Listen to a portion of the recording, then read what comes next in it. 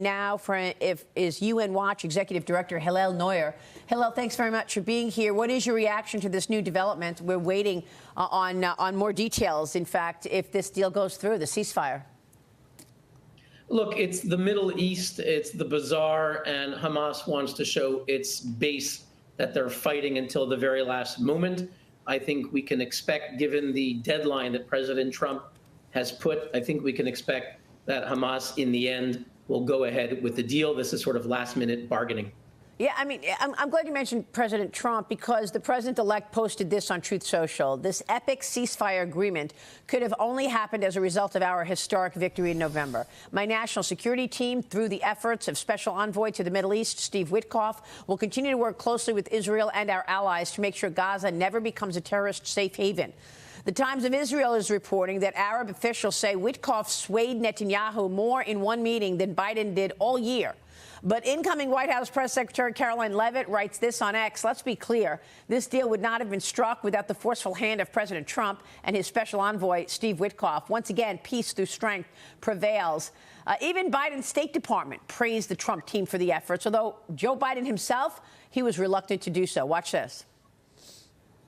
This ceasefire agreement was a long time in the making and comes as a result of extensive diplomatic engagements by President Biden, Secretary Blinken, National Security Advisor Jake Sullivan, Director of Central Intelligence William Burns, Brett McGurk, and other officials across the government, as well as our partners in the governments of Qatar and Egypt. When it comes to the involvement of President-elect Trump's team, it has been absolutely critical in getting this deal over the line. Who is the history books credit for this, Mr. President, you or Trump? Is that a joke? Oh, thank you. Is that a joke, he said. Hillel, how much did Trump and his team sway the negotiations? I know Joe Biden has been asking for a ceasefire for a year, but what do you think? How did this happen now? Look, I think both administrations, the outgoing and the incoming, get credit. The details were indeed developed over many months. The pressure, the urgency is the incoming administration. So I think the Biden team can get credit for working on the details, but the urgency that President Trump put in his announcement that all hell would break loose if the deal was not done by next week, and him sending his special envoy to the region, putting pressure on everyone, I think that urgency is what clinched the deal. And I think this deal needs to be welcomed with a mix of relief, heartache, and outrage. Relief that finally, after 466 days, some hostages will begin to be released in the next few weeks. We're expecting 33 hostages so far. That's the relief. The heartache is knowing that dozens have been killed and died in the past year plus in the torture chambers of Hamas in Gaza. The idea that many of the hostages will not be released in the initial phase, and the opening up of the wound of what they suffered, the torture, the horrific abuse. And finally, the outrage at what Hamas did on October 7th, the massacre of entire families, horrific, unspeakable atrocities, and the support that Hamas won in campuses and other quarters of the elites across America and around the world. Yeah, I mean, President Biden says, thanks to him, terrorism threats in Gaza have been significantly diminished. Watch this. Now, the terror network that once protected and sustained Hamas is far weaker. Iran is weaker. Iran is weaker than it's been in decades. Hezbollah is badly degraded. And after more than 15 months of war, Hamas's senior leaders are dead. Thousands of Hamas fighters are dead. And the military formations have been destroyed.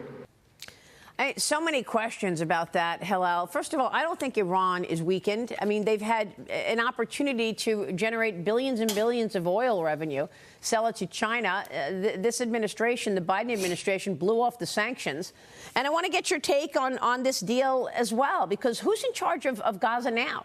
What's next for the region? And why is it that so many of the hostages, 33 hostages will be released in the first phase, dozens alive and dead, will remain in Gaza?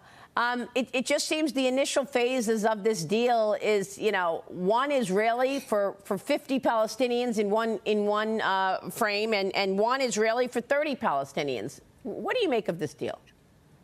Look, Hamas leaders have been declaring victory in the past day. Their deputy chief, Hillel al-Haya, said this was a victory that would be a source of pride for generations. And he said it was a turning point in history for the Palestinians.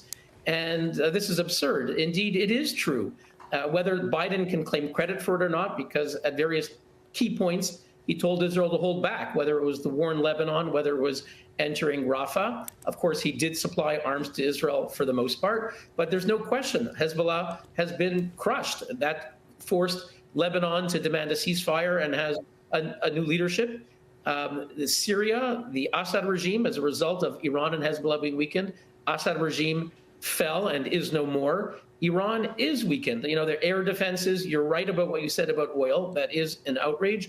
But their air defenses were, significantly destroyed, and They are vulnerable. So there is no victory. And we should note that never before in history has a side claimed to suffer genocide at the same time that they declare victory in the war and massacre that they started. Yeah, I mean, Iran may be weakened as a result of Israel's aggressiveness, despite Biden's guidance. I mean, Biden kept telling them, end this, ceasefire now, don't go into Rafah. Israel blew that off and did it. And yes, there was a weakening of Iranian leadership and proxies as a result of that. Hillel, we're watching this closely, and we want to see whether or not this actually sticks. Thank you, sir.